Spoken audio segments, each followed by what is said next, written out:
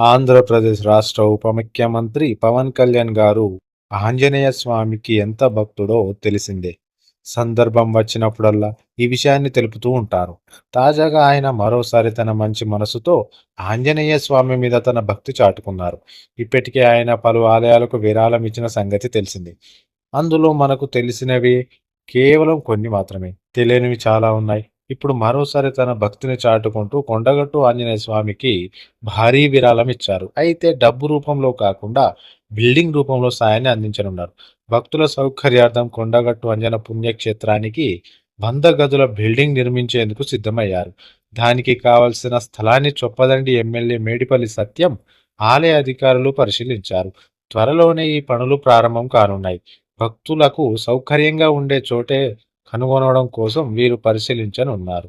ట్రాన్స్‌పోర్ట్‌కు దగ్గరగా ఉంటే చోటును వెతకనున్నారు. ఏపీ ఎన్నికలకు ముందు పవన్ కొండగట్టును పలుసార్లు సందర్శించిన సంగతి తెలిసిందే. హైదరాబాద్ నుంచి రోడ్డు మార్గంలో బయలుదేరిన పవన్ కళ్యాణ్ కొండగట్టు వెళ్లారు. ఎన్నికలలో గెలిచి ఆంధ్రప్రదేశ్‌కి ఉప ముఖ్యమంత్రి అయిన తర్వాత కూడా ఆయన ఈ ఆలయాన్ని సందర్శించాడు. ఆలయ వర్గాలు పవన్‌కు సంప్రదాయ రీతిలో స్వాగతం పలికాయి. అనంతరం పవన్ ఆంజనేయ స్వామికి ప్రత్యేక పూజలు నిర్వహించారు. కొండగట్టుకు పవన్ వెళ్ళినప్పుడు జగిత్యాల జిల్లా ఎస్పీ అశోక్ కుమార్ స్వయంగా బందోబస్తు ఏర్పాట్లను పర్యవేక్షించారు. మరోవైపు పవన్ సనాతన ధర్మ రక్షణ కోసం పాటుపడుతున్నారు.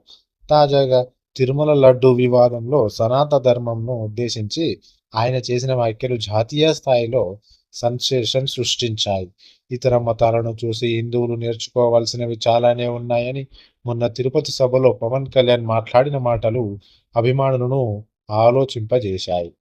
సనాతన ధర్మానికి కొన్ని దశాబ్దాలుగా అవమానం జరుగుతూనే ఉందని ఆవేదన వ్యక్తం చేశారు.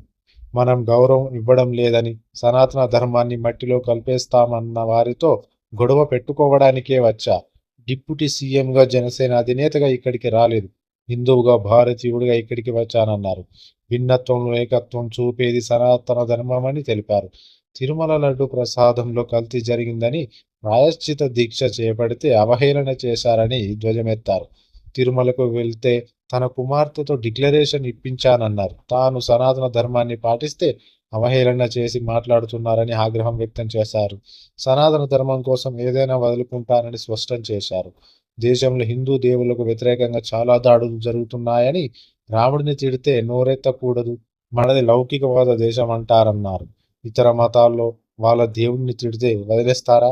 లౌకికవాదం పేరుతో హిందువుల నోరు నొక్కేస్తున్నారు.